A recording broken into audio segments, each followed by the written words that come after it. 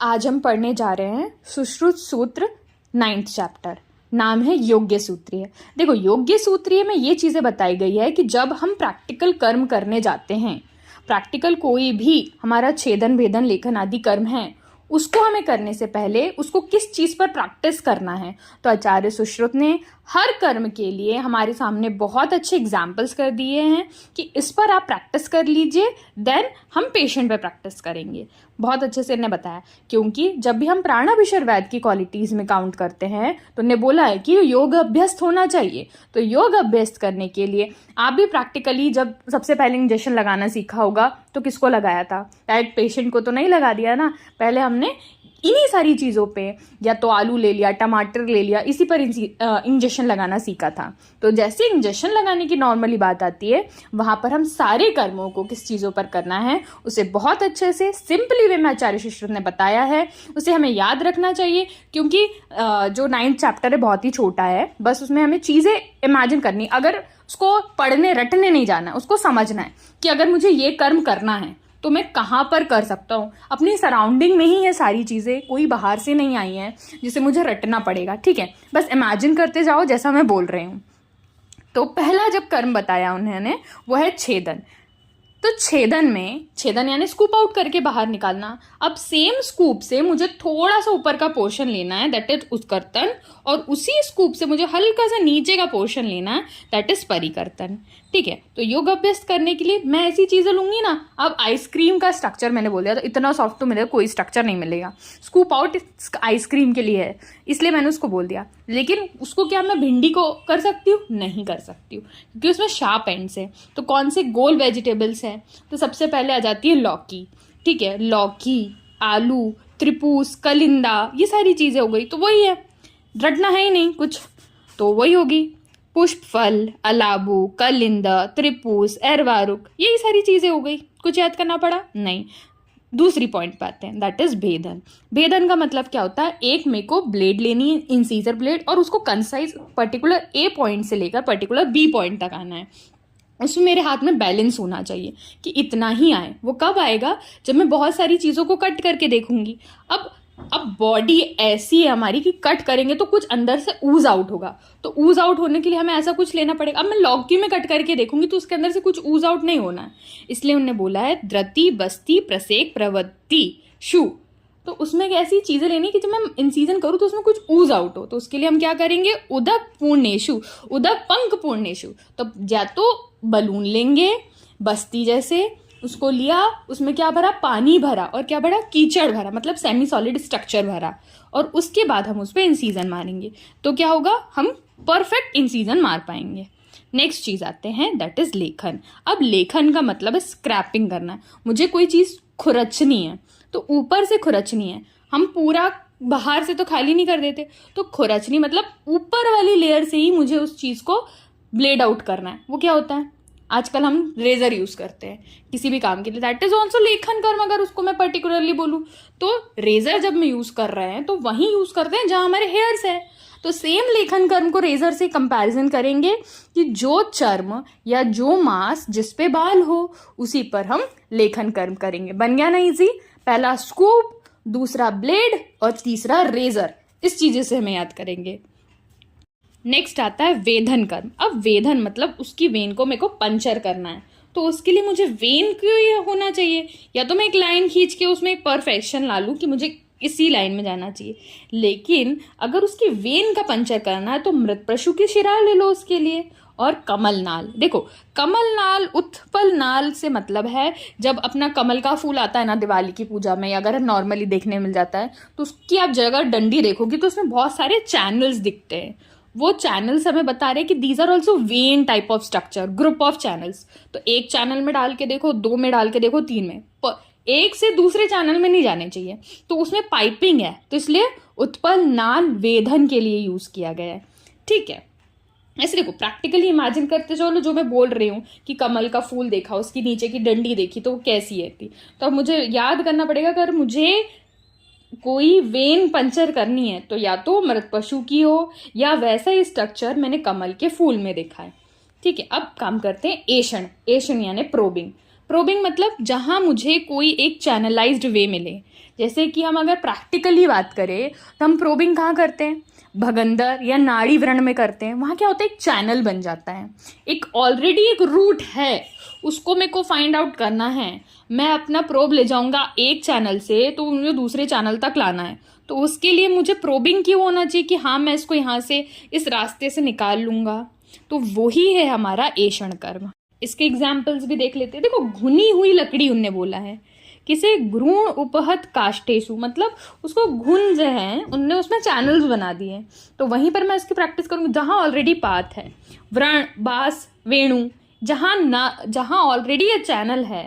नल नालेशु और शुष्कलाबु, जो शुष्कलाबु का मुख, जहां चैनल्स हैं, ठीक है, वहीं प्रोबिंग होगी।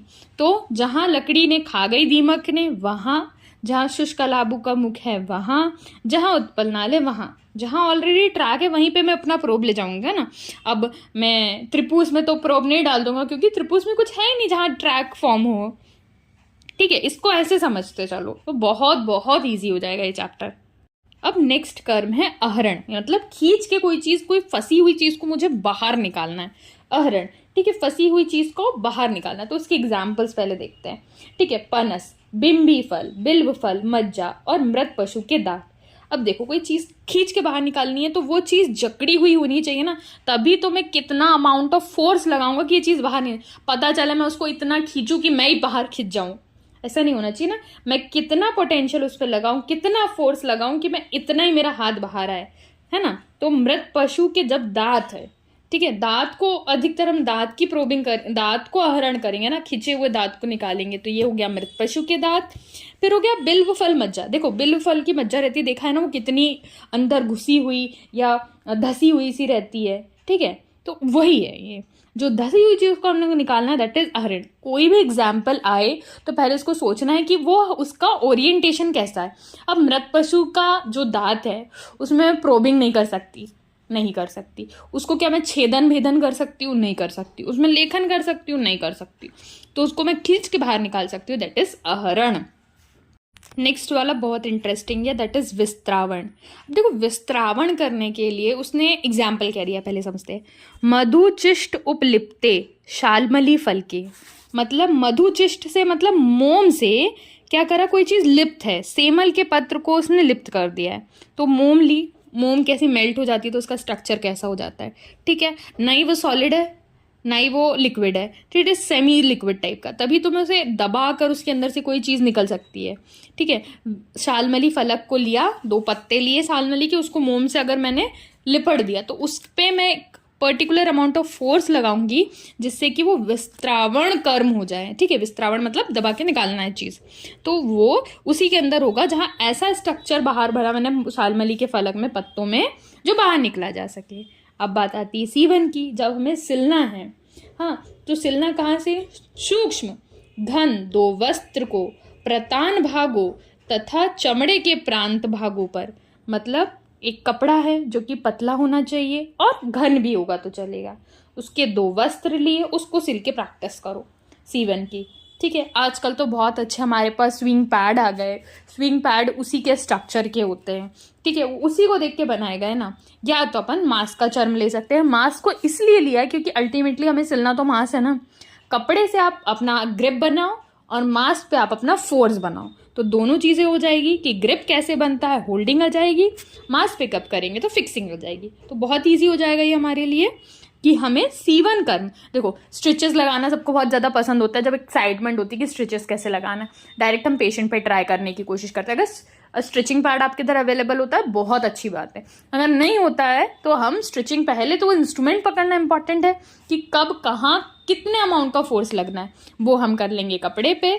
देन हमें कितना अंदर डालना है, क्या फोर्स रहेगा, वो हम करेंगे मांस पे।